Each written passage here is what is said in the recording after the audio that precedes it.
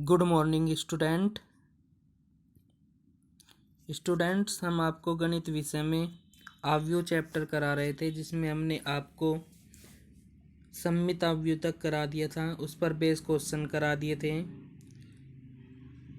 उसी को आगे बढ़ाते हुए आज हम नए टॉपिक के साथ लेकर आए हैं व्युत्क्रमणीय तथा अव्युत्क्रमणीय आव्यूह। हमने सममित आव्यूह पढ़ा था, विषम सममित आव्यूह पढ़ा था। अब हमारा है व्युत्क्रमणीय तथा अव्युत्क्रमणीय आव्यूह। तो आज की वीडियो को शुरू करते हैं। मैं हूं मोहित कटारिया, आप देख रहे हैं न्यू फिजिक्स। तो आज की वीडियो में आज का जो हमारा टॉपिक है वो है व्युत्क्रमणीय तथा अव्युत्क्रमणीय आव्यूह, non singular and singular matrix. क्या होते हैं? वर्ग आव्यूह का सारणिक। तो सबसे पहले हम क्या करेंगे, वर्ग आव्यूह का सारणिक बनाएंगे। कि हमारे पास माना एक वर्ग आव्यूह है। वर्ग आव्यूह क्या होता है? जिसमें पंक्ति और वह कॉलम की संख्या क्या हो, बराबर हो। इतनी पंक्ति हो उसमें और इतने ही क्या हो उसके अंदर, कॉलम हो। तो ऐसा आव्यूह क्या कहलाता है?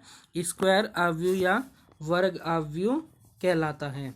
तो जो भी ये क्रिया होगी वो सारी किस पर होगी? वर्ग आव्यूह पर होगी। यानी वो हमारा वर्ग आव्यूह होना चाहिए, तभी हम उसका व्युत्क्रमणीय और अव्युत्क्रमणीय बता सकते हैं। तो सबसे पहले हमें उसके लिए क्या करना होगा, वर्ग आव्यूह का सारणिक बनाना पड़ेगा। तो वर्ग आव्यूह का सारणिक कैसे बनाते हैं, तो देखते हैं।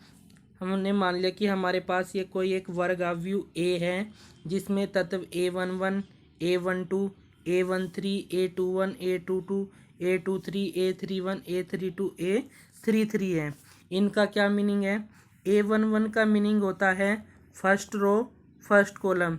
A2 का मीनिंग होता है first row second column. A3 का मीनिंग होता है फर्स्ट रो थर्ड कॉलम। तो ये जो तत्व लिखे गए हैं ये उनकी पोजीशन के अकॉर्डिंग लिखे गए हैं। यानी जो ये पहला तत्व है ये हमारा पहली रो है, पहले कॉलम का तत्व है। ये हमारा पहली रो है, दूसरे कॉलम का तत्व है। ये 813 ये पहली रो है, तीसरे कॉलम का तत्व है। इसी प्रकार A21 ये हमारा दूसरी रो पहले कॉलम का तत्व है। A22 दूसरी रो व दूसरे कॉलम का तत्व है। A23 ये हमारा दूसरी रो तीसरे कॉलम का तत्व है। A31 ये हमारी तीसरी रो और पहले कॉलम का तत्व है। A32 ये हमारी तीसरी रो दूसरे कॉलम का तत्व है। A33 ये हमारे तीसरी रो व तीसरे कॉलम का तत्व है। इस तरह से जहाँ भी तत्व लिखे होंगे आगे भी आप इसमें बढ़ा सकते हो। अगर आप बढ़ाना चाहें यहाँ पर आप A41 कर सकते हो, यानी 4 चौथी रो पहला कॉलम। A42 चौथी रो दूसरा कॉलम। A43 चौथी रो तीसरा कॉलम। आप कहीं तक भी ये हमारे हो सकते हैं। तो ये हमारा क्या है, एक वर्ग आव्यूह है जिसमें उतने ही कॉलम है और उतनी ही पंक्ति है। तो वर्ग आव्यूह होते हैं जो अंदर ये होते हैं, इनको हम तत्व बोलते हैं। मैंने पहले भी बताया था। और जो जहाँ पर लिखा होता है वो उसकी पोजीशन बताता है कि कहाँ कहाँ। तो ये हमारी पहली रो पहला तत्व है, ये मैं बता चुका हूँ। तो इसको आप चीज़ को ध्यान रखना है कि ये कहाँ पर रखे हुए हैं, क्या पोजीशन है। तो हमेशा याद रखना, ये जो पहला अक्षर होता है वो कहीं को बताता है, पंक्ति को बताता है, और दूसरा कहीं को बताता है, कॉलम को बताता है। ठीक है। तो ये तो हुआ हमारा वर्ग आव्यूह। और वर्ग आव्यूह के अंदर क्या क्या होता है ये मैंने आपको बता दिया। वर्ग आव्यूह का सारणिक जिसे ए से प्रदर्शित किया जाता है, यानी अगर हमें ये हमने वर्ग आव्यूह दे रखा है तो हम उसको दो डंडे लगा देंगे ऐसे और ए लिख देंगे, तो वो हमारा आव्यूह का क्या बन जाएगा, सारणिक बन जाएगा। जैसे हमारे पास ये एक आव्यूह था, इस पे हमने क्या लगा दिया, ये सिंबल लगा दिया इस तरह से, तो ये क्या बन गया, सारणिक बन गया। और जो हमारा ये बड़ा ब्रैकेट था इसको भी हम हटा देंगे और इसकी जगह भी क्या लगा देंगे, ये वाले सिंबल लगा देंगे, तो हमारा क्या बन जाएगा, सारणिक बन जाएगा।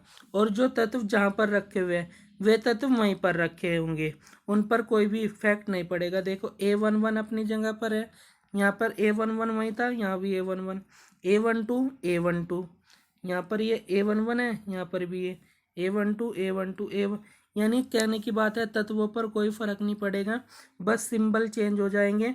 मैट्रिक्स अवयव का सिंबल ये होता है, इसकी जगह पर हम कहीं का सिंबल लगा देंगे, सारणिक का सिंबल लगा देंगे, सारणिक का सिंबल होता है इस तरह से।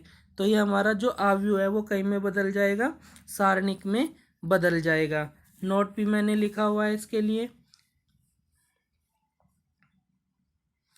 किसी वर्ग अवयव का सारणिक प्राप्त करने के लिए अवयव प्रतीक चिन्ह, यानी अवयव का जो प्रतीक चिन्ह है के स्थान पर सारणिक का प्रतीक ये वाला लगा देते हैं, जबकि अवयव यथा स्थान रहते हैं। यही मैं बता चुका हूँ कि अवयव तो अपनी जगह पर ही रहेंगे, बस क्या करना है, इस वाले चिन्ह की जगह पर हमें ये वाला चिन्ह लगाना है, तो अवयव हमारा कहीं में बदल जाएगा, अवयव हमारा सारणिक में बदल जाएगा। तो यहीं से हम पता लगाएंगे कि हमारा अवयव व्युत्क्रमणीय है या अव्युत्क्रमणीय है। तो पहली हेडिंग है हमारी व्युत्क्रमणीय अवयव, इंग्लिश में कहते हैं नॉन सिंगुलर मैट्रिक्स। क्या मीनिंग होता है, यदि अवयव ए का सारणिक, अगर जब हम सारणिक को हल करेंगे, अवयव ए था उसका हमने क्या बनाया, सारणिक बनाया, सारणिक को जब हम हल करेंगे तो हल करने के बाद उसका मान 0 के बराबर नहीं आना चाहिए।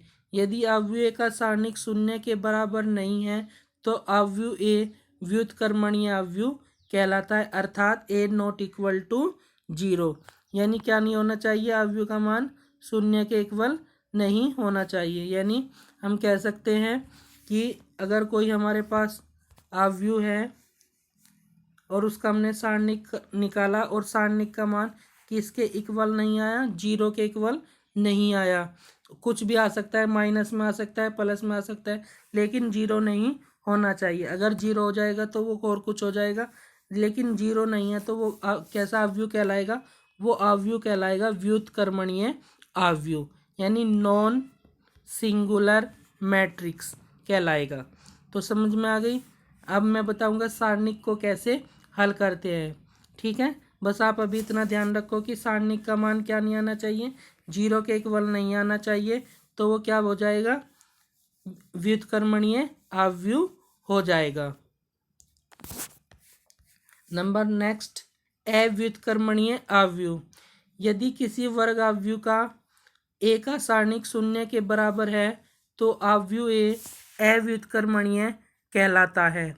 अव्युत्क्रमणीय मीनिंग वही कि अगर ए का हमने सारणिक निकाला और उसका मान कितना आ गया, 0 आ गया, तो वो क्या हो जाएगा, अव्युत्क्रमणीय हो जाएगा, यानी 0 आते ही क्या हो जाएगा, अव्युत्क्रमणीय। ठीक है, तो ये था, अगर 0 नहीं है तो व्युत्क्रमणीय, और 0 है तो अव्युत्क्रमणीय।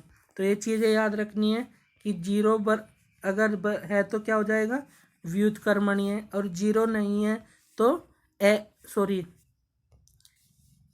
अगर 0 है तो अव्युत्क्रमणीय, और 0 है तो 0 नहीं है तो व्युत्क्रमणीय। तो इनको आप ध्यान रखेंगे, यानी ये वाली कंडीशन है तो अव्युत्क्रमणीय, ये वाली कंडीशन है तो व्युत्क्रमणीय। इनका भी यूज बताएंगे कहाँ पर होता है। अभी आपको ये परिभाषा याद रखनी है कि a बराबर 0 अव्युत्क्रमणीय, a नॉट इक्वल टू 0 व्युत्क्रमणीय।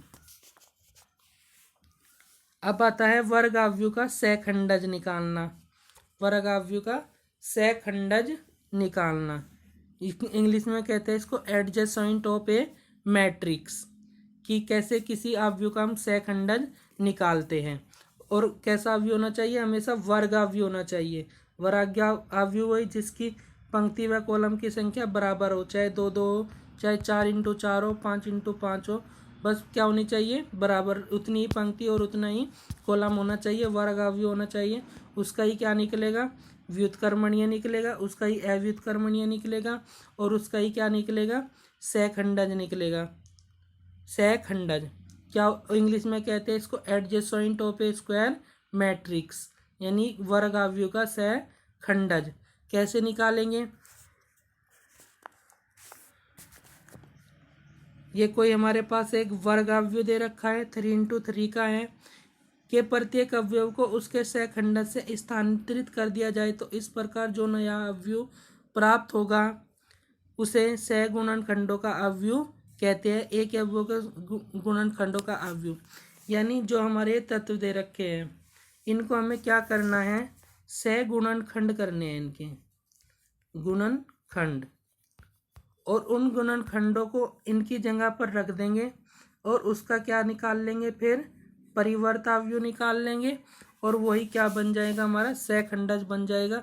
ये सारा आपको क्वेश्चन से समझ में आ जाएगा कि सहखंडज कैसे निकालते हैं, व्युत्क्रमणीय कैसे निकालते हैं, अव्युत्क्रमणीय कैसे निकालते हैं, और मैट्रिक्स कैसे बनाते हैं, और मैट्रिक्स को सारणिक कैसे बनाते हैं, और सारणिक को कैसे हल करते हैं। ये सब आपको क्वेश्चन में पता चल जाएगा। अभी आप बस ये देख लो क्या चीज़ है, फिर हम क्वेश्चन कराएंगे।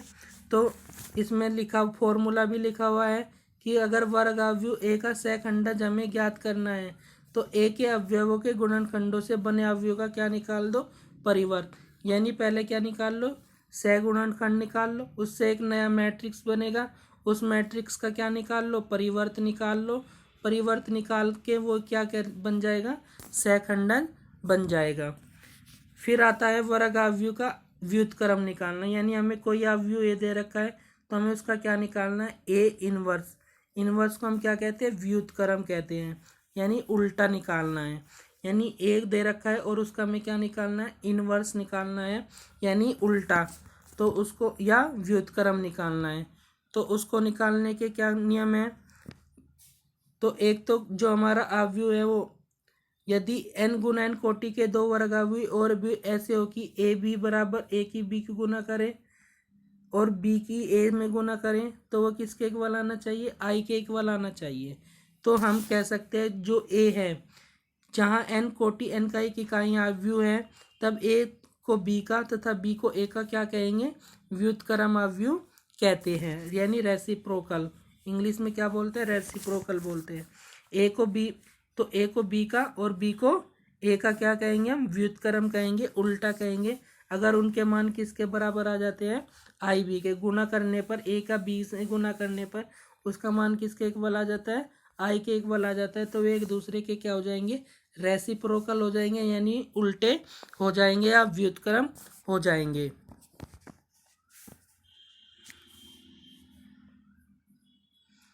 अगर कोई अवयव है उसके व्युत्क्रम को हम ए इनवर्स से प्रदर्शित करते हैं, ठीक है। व्युत्क्रम अवयव ज्ञात करने की शर्तें, यानी कब व्युत्क्रम ज्ञात किया जा सकता है, क्या कंडीशन है उसके लिए, क्या होना चाहिए कि एक तो दिया हुआ अवयव क्या होना चाहिए, वर्ग होना चाहिए, स्क्वायर मैट्रिक्स होना चाहिए।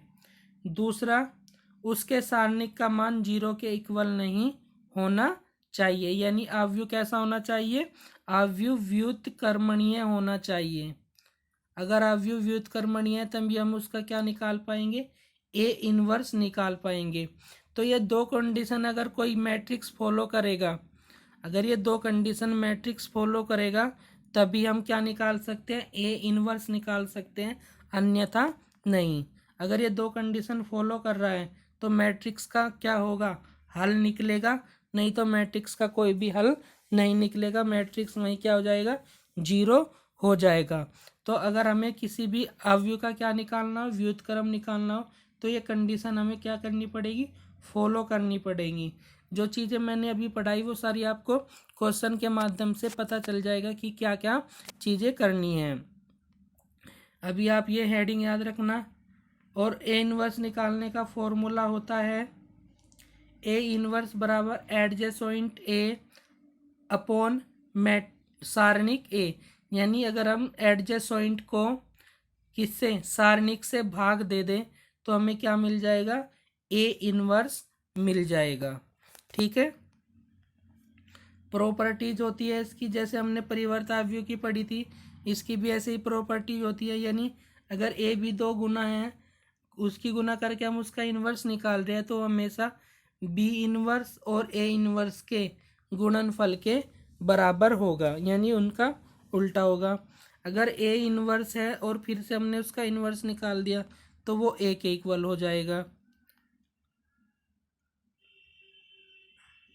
अगर इस तरह से एक डैश किसी का है और उसका इन्वर्स निकाल रखा है तो वो बराबर हो जाएगा, उसके इन्वर्स निकाल के फिर हम उसका डैश कर दे तो दोनों का मान तब भी क्या आएगा, बराबर आएगा। एक कंडीशन यह है, चाहे एन को ऐसे लगा ले एन को ऐसे लगा ले तो तब भी दोनों का मान क्या आएगा, बराबर ही आएगा, यानी उसकी घात कुछ भी हो। एन का मीनिंग है घात से, कि कितनी बार उसकी मल्टीप्लाई की गई है। ठीक है जी, तो कुछ ये प्रॉपर्टी थी, काम आएगी इनको, ध्यान रखना आप। तो क्वेश्चन करते हैं, क्वेश्चन से हमारी सारी चीज़ें क्लियर हो जाएगी कि एडजेसेंट कैसे निकालना। पहली क्लियर चीज़ होएगी व्युत्क्रमणीय, अव्युत्क्रमणीय। तीसरी सारणिक कैसे बनाएंगे। चौथी सारणिक को हल कैसे करेंगे।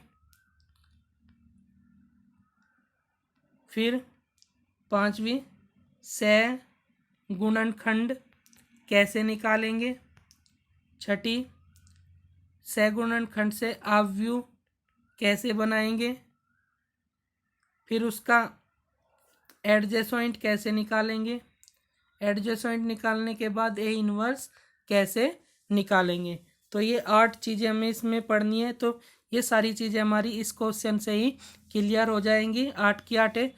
और आप इस क्वेश्चन को बस ध्यान से पढ़ना, सारी चीज़ें यहीं से ही आपकी क्लियर हो जाएगी इस एग्जाम्पल के से। तो ये हमें कोई एक अवयव दे रखा है, ए बराबर 1 2 3 1 3 4 1 4 3, यानी 3 × 3 का ये एक मैट्रिक्स है। तो पहली कंडीशन तो हमारी यहीं से प्रूफ हो गई कि ये क्या है, एक वर्ग अवयव है। पहली कंडीशन फॉलो होगी कि क्या एक वर्ग अवयव है। तो हमने इसका क्या बना लिया, सारणिक बना लिया। तो बस सारणिक बनाने के लिए हमें क्या करना था, इस पर ऐसे ये लगाने थे 2 डंडे इस तरह से, तो सारणिक बन गया सारणिक। अवयव जो के तो अपनी जगह पर ही है, एक यहीं पर है एक यहीं पर है, 2 2 3 3 1 1 3 3 4 4 1 1 4 4 3 3, यानी जो अवयव जहाँ पर रखा हुआ है वहीं पर ही रखे हुए हैं प्रत्येक अवयव। बस हमने क्या करा, जो ये वाला सिंबल था इसको हटाकर क्या लगा दिया, ये वाला सिंबल लगा दिया, तो क्या बन गया, सारणिक बन गया हमारा। अब हमें सारणिक को हल करना है। तो सारणिक को हल करने के लिए क्या करना पड़ेगा, जो ये 1 है इसको यहाँ पर लिख लो, 1 लिख लो। ठीक है, 1 लिखने के बाद फर्स्ट रो और फर्स्ट कॉलम को ढक लो। इनको हमने क्या कर लिया, हाइड कर लिया, ढक लिया, इनको कुछ नहीं दिख रहा। तो हमारे पास क्या बचा, 3 4 4 3, तो इसकी गुना इधर कर दो और इसकी गुना इधर कर दो। तो 3 × 3 और माइनस का चिन्ह लगा दो, फिर 4 × 4। ठीक है, ये हो गया। अब फिर से, यानी ये वाला यहाँ लिखा हुआ है, मैं उसको मिट जाएगा वो, तो ये चीज़ यहाँ पर लिखी हुई है। ठीक है, उसके बाद क्या करना है, उसके बाद फिर माइनस का चिन्ह लगाना है हमें। जब हम ये टर्म हमारी पूरी हो जाएगी पहले वाली, फिर हमें उसके बाद माइनस का चिन्ह लगाना है, फिर 2 को लिखना है माइनस का, यानी ये वाला नंबर लिखना है, जो भी यहाँ पर माइनस का चिन्ह लगा के जो भी नंबर यहाँ पर होगा वो यहाँ पर लिख देंगे। तो यहाँ पर 2 है तो यहाँ पर क्या लिख दिया, 2।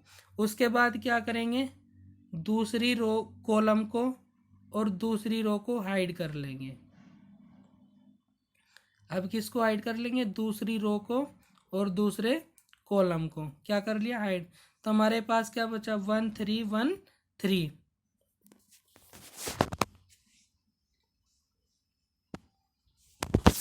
सॉरी, यानी फर्स्ट रो को और दूसरे कॉलम को क्या कर लेंगे, हाइड कर लेंगे। फर्स्ट रो को और दूसरे कॉलम को क्या कर लेंगे, हाइड कर लेंगे। तो हमारे पास बचेगा 1 4 1 3। फिर से वही करना है, 1 की मल्टीप्लाई इसके साथ, फिर माइनस का चिन्ह लगाना है, फिर 1 की मल्टीप्लाई 4 के साथ, यानी -2 लिखेंगे। उसके बाद 1 × 3 -1 × 4 लिखेंगे। ठीक है, फिर क्या करना है, फिर हमें प्लस लिखना है, प्लस का साइन लिखना है, और उसके बाद जो यहाँ पर ये तीसरा तत्व होगा उसको लिख लेंगे 3 है। फिर क्या करेंगे, फर्स्ट रो को छुपा लेंगे और थर्ड कॉलम को छुपा लेंगे। तो अब जो हमारे पास बचा 1 3 1 4, इसकी मल्टीप्लाई इधर यानी 1 इंटू 4, माइनस का चिन्ह लगाएंगे 1 इंटू 4 माइनस 1 इंटू 3। तो ये हमारी क्या होगी, तो ये हमारा निकल के आ गया सारणिक का मान। बस इसको हल करना है। 3 3 9 माइनस 4 चौक 16 माइनस 2 एज इट इज 3 एकम 3 माइनस 4 एकम 4 प्लस के 3 4 एकम 4 और 3 एकम 3। 16 में से 9 गए माइनस के 7, 3 में से माइनस 4 गए माइनस का 1, 4 में से 3 गया 1। तो यहाँ अंदर मल्टीप्लाई कर देंगे इसकी, 1 की गुना 7 में करेंगे माइनस के 7, माइनस 2 की गुना 1 में करेंगे तो प्लस के 2, और यहाँ से 3 एकम 3। जब इसको सोल्व करेंगे 3 और 2 5, 5 में से 7 गए तो कितने बचेंगे, माइनस के 2। तो यहाँ पर ये हमारा क्या आ जाएगा, माइनस के 2 आ जाएगा, माइनस के 2 आ जाएगा यहाँ पर हमारा ये। ठीक है, तो समझ में आया कैसे करना है। बस वही, अगर हमें पहले 1 लिखना है यानी ये वाला तत्व लिखना है जो यहाँ पर होगा, तो फर्स्ट रो और फर्स्ट कॉलम को ढक लेंगे। फिर माइनस का चिन्ह लगा के दूसरा तत्व निकला है, दूसरी रो को और पहले कॉलम को ढक लेंगे।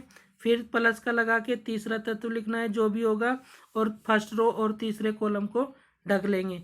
यानी हमेशा फर्स्ट रो तो ढकनी है, उसके साथ पहले फर्स्ट कॉलम, फिर दूसरा कॉलम, फिर तीसरा कॉलम, यानी जो जो तत्व हम लेते जाएंगे उसी का कॉलम ढकते चले जाएंगे। यानी जब हमने 1 लिया तो फर्स्ट रो ढकी और फर्स्ट कॉलम, जब 2 लिया तो दूसरी कॉलम ढकी फर्स्ट रो, और जब 3 लिया तो तीसरा कॉलम ढका और फर्स्ट रो ढकी। तो बस जो तत्व बचेंगे उनकी मल्टीप्लाई करके लिखना है। इस तरह के क्वेश्चन आप करके, तो यहाँ से हमें पता चला कि सारणिक का मान कितना आया, -2 आया।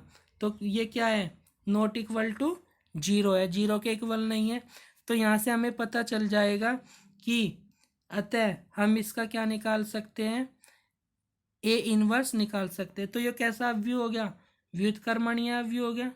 और यही कंडीशन बताई थी किसके लिए, ए इनवर्स निकालने के लिए, कि ए इनवर्स निकालने के लिए व्युत्क्रमण अवयव होना चाहिए। तो अवयव कैसा है, व्युत्क्रमणीय है। तो यहाँ से भी हमें पता चल गया। तो हमने सारणिक बनाना सीखा, सारणिक को हल करना सीखा। यहाँ से हमें इस मान से ही पता चल गया कि अवयव कैसा है, व्युत्क्रमणीय है। अगर 0 आ जाता तो अव्युत्क्रमणीय हो जाता। ठीक है, जब एक तो वर्ग अवयव दे रखा था, एक ये क्या हो गया, व्युत्क्रमणीय होगा। तो हम कह सकते हैं कि हमारा ए इनवर्स क्या है, निकालना संभव है। तो ए इनवर्स क्या हो जाएगा, निकल जाएगा। अगर ए सारणिक का मान 0 आ जाए तो संभव नहीं होता। अब क्या है, संभव है। ठीक है, अब हमें क्या निकालने हैं, ए के अवयवों के सहगुणनखंड निकालने हैं। सहगुणनखंड कैसे निकाले जाते हैं इसको देखना है। तो कैसे निकालेंगे, सबसे जो हुए होते हैं उनको हम एक कैपिटल ए के अवयवों के सहगुणनखंड, तो हम उसको लिखते हैं A11। A11 का मीनिंग है, मैंने अभी बताया था, फर्स्ट रो फर्स्ट कॉलम का ये तत्व होगा। तो कैसे निकालेंगे इसको, फर्स्ट रो और फर्स्ट कॉलम के तत्व को, यानी A11 को। तो मैट्रिक्स को देखते हैं। तो अगर हमें A11 निकालना है तो A11 निकालने के लिए हमें फर्स्ट रो को और फर्स्ट कॉलम को ढकना पड़ेगा। तो हम उसको क्या कर लेंगे, हाइड कर लेंगे फर्स्ट रो को और फर्स्ट कॉलम को। तो जो बचेगा उसको ऐसे लिख लेंगे 3 4 4 3। ये देखो मैंने यहाँ पर लिखा हुआ है। जब हमें A11 निकालना था तो हमने क्या लिखा। और एक चीज़ और याद रखनी है, जब हम A11 निकालेंगे वहाँ पर हम उससे पहले प्लस का चिन्ह लगा लेंगे।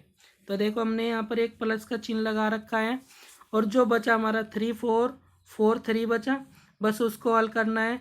इसकी मल्टीप्लाई इधर, फिर माइनस का चिन्ह, इसकी मल्टीप्लाई इधर, शुरू में प्लस का चिन्ह होना चाहिए। तो 3 3 9 और 4 चौक 16 में से 9 गए, कितने बचे, माइनस के 7 बचे। अब हमें क्या निकालना है, A12। A12 निकालने के लिए क्या करना होगा, फर्स्ट रो और सेकंड कॉलम को ढकना होगा। अब क्या बचा हमारे पास, 1 4 1 3। तो यहाँ से हम हमारा क्या आ जाएगा, 1 4 1 3। पहले वाले पर हमने प्लस लगाया था, दूसरे वाले पर हमें क्या लगाना है, माइनस, तीसरे वाले पर प्लस। यानी ये तो हमें प्लस माइनस अल्टरनेट लगाते हुए चलना है। यानी पहले पर प्लस, दूसरे पर माइनस, तीसरे पर प्लस, चौथे पर माइनस, पांचवे पर प्लस, छठे पर माइनस। यानी जितनी जहाँ तक भी हम बनाएंगे वहाँ तक तो हमें ये प्लस माइनस अल्टरनेट लेके चलने हैं। इससे पहले तो हमने A12 निकाल लिया। A12 वही क्या करेंगे, फर्स्ट रो को हाइड कर लेंगे और सेकंड कॉलम को। A13 निकालने के लिए फर्स्ट रो को हाइड कर लेंगे और थर्ड कॉलम को। तो हमारे पास जब हम इसको A13 निकालेंगे तो ये वाला आ जाएगा 1314 बचेगा।